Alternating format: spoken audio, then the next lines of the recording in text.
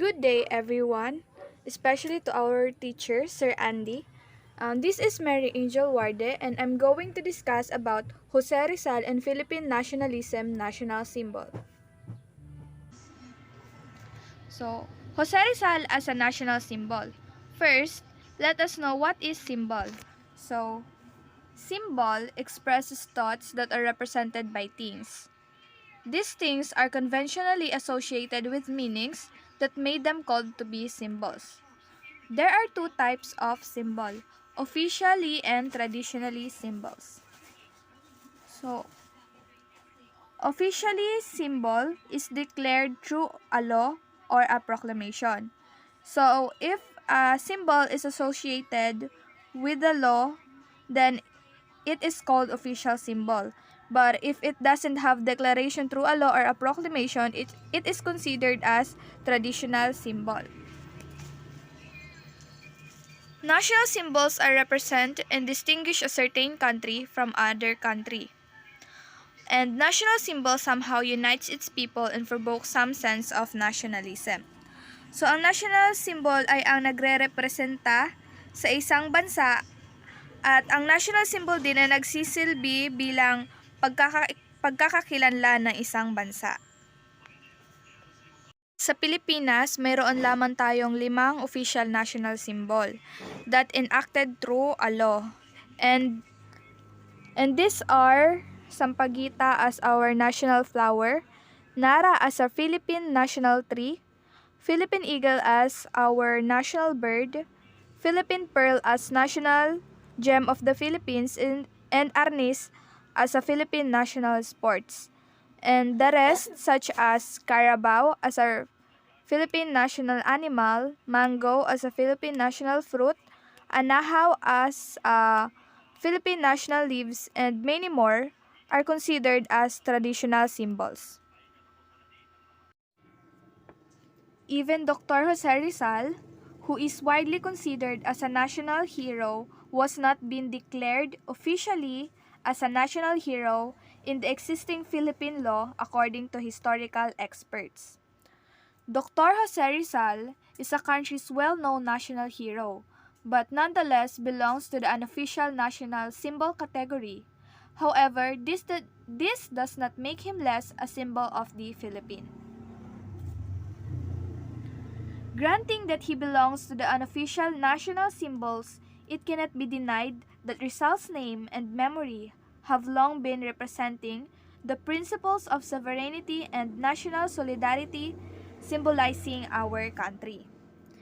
Kahit hindi si Dr. Jose Rizal napabilang sa mga official national symbol ng Pilipinas, hindi nito maitatanggi na ang pangalang Rizal at ang kanyang mga nagawa para sa Pilipinas at para sa paglaya ng mga Pilipino sa mga Kastilang mananakop ay isa sa nagsisimbolo ng Pilipinas. Ang kagitingan at katapangan ni Rizal ay isang malaking simbolo ng ating bansa. Kalakip na ng Pilipinas ang pangalang Rizal.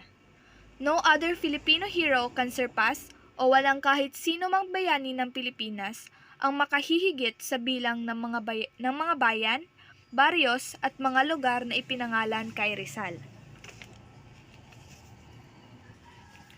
Rizal's name elicits the name of our country internationally. The monuments built by people in the country where he had been, and his books in foreign libraries bear the name of the Philippines. Rizal is unquestionably the greatest hero and martyr of our nation. And now let's proceed to the values derived from Rizal's life. The following are the values of Rizal as a national symbol. First is nationalism. Nationalism involves desire to attain freedom and political independence, especially by a country under a foreign power. Jose Rizal's life, works, and writings, especially his novels, radiates this value. Second is patriotism. Patriotism denotes proud devotion and loyalty to one's nation. Rizal's visions and proposals on how the people of our country could be on the road to progress are commendable. And the aim, of course, is so that the Filipinos could enjoy the fullness of nationhood, especially politically, culturally, and economically under the mantle of national solidarity. Third is faith in God. When Rizal was studying in Madrid, Spain, he assured his mother through his letter of his faith in God. Fourth is love of fellow men. Rizal's thought on love for our fellow man is biblical and timeless. Rizal advocated thinking well of our fellow men. His life exemplified the principle that love of neighbor entails involvement in his or her behalf. Fifth is love of parents. Rizal's love for his parents is great and admirable. Rizal studied medicine and ophthalmology just to cure his mother's failing eyesight. Rizal also adored his father. Back in 1881, he made a clay bust of his father. And about 6 years later, he carved a life-size wood sculpture of Don Francisco as an expression of his love for him. And even in his novels, Noli Me Tangere and El Fili, the character of Ibarra has also shown his love for his father. Number 6, devotion of truth. Rizal is a believer of revealing the truth. Rizal's persevering search for truth in serving his country was a motivating virtue. Wishing to get the cause of his people's backwardness, Rizal did intensive studies and carried out broad observations on the progress of other nations. Number 7 is purity and idealism. Rizal was a person guided not only by practical consideration but also by ideals. Extraordinary also was his insistence on purity of thoughts. 8 is noble thought and conduct. Rizal's works and writings promoted good conduct, clean conscience, and upright thinking. In his writings, for instance, he advised mothers to awaken the mind of the children and prepare them for every good and desirable thought and deed. Number 9 is charity. Rizal seemed to feel happy when he could give joy to somebody. All his sacrifices for his country were charitable act for his fellow men. Number 10 is dedication to duty. Dedication to one's duty was another splendid virtue of Rizal.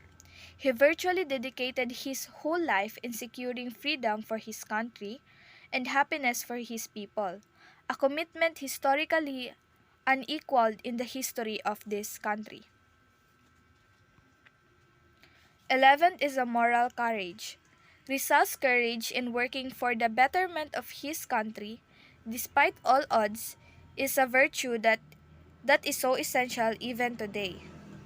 His moral courage to do the best for his people is worth imitating by our present leaders. 12 is a willpower, ability to control or restrain oneself. Allowed him allowed him to express his ideas in wills through calmness and peace. The Spanish colonizer instilled in Rizal's generation inferiority complex and the idea that locals were better governed by the Spaniards. Rizal worked on the opposite idea that his people could be great and observe freedom. 13th is integrity. Integrity refers to the quality of being honest and having strong moral principles. In many aspects, Rizal is a model of moral uprightness and honesty. These virtues beheld were the result of his constant and search for the truth.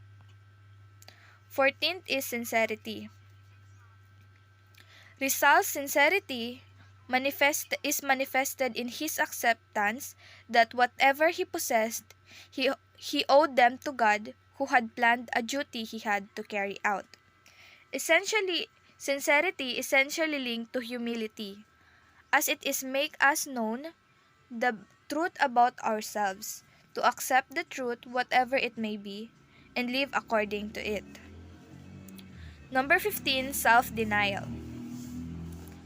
Rizal gave up his personal desires for a better cause that is working for the welfare of his country.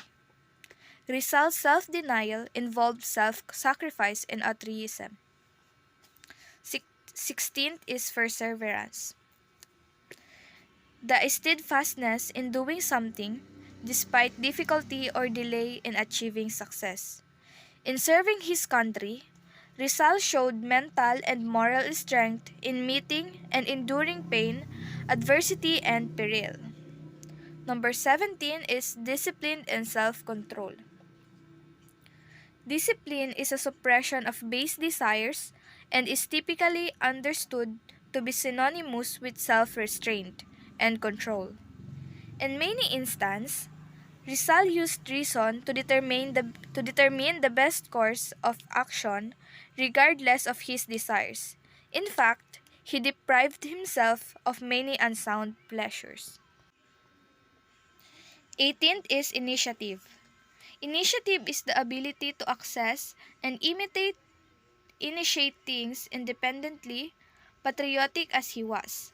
Rizal manifested the power to act or take charge before others do, especially in nationalistic pursuits. And 19th in Rizal's values are prudence. 18th, initiative. The ability to assess and initiate things dependently, patriotic as he was, Rizal manifested the power to act or take charge before others do, especially in nationalistic pursuits. Number 18 is prudence. Prudence is care, caution, and good judgment, as well as wisdom and looking ahead. Rizal showed prudence in choosing the best means of accomplishing things. Rizal had a habit of selecting the most courteous and profitable course of action. Number 20 is chivalry, courtesy, and politeness. Chivalry is the combination of qualities expected of an ideal gentleman, especially courtesy and readiness, to help the weak and woman. Rizal's sense of chivalry prompted him to challenge Antonio Luna to a duel when the intoxicated Luna made negative comments against a woman. Being well-bred, Rizal was courteous as he was gracious and considerate toward others. 21 is frugality. Rizal was careful about spending money and any other resources, and in using things when he did not use to, or when he did not need to. He practiced frugality when he was a student in Madrid. He would have his shoes repaired instead of buying new ones. And last one, number 22, is love for justice. Justice refers to fairness in the way people are dealt with. Having a good conscience, Rizal found joy in being just and in fighting for justice. And Jose Rizal, he died fighting for justice, not only for himself and his family, but also for his people.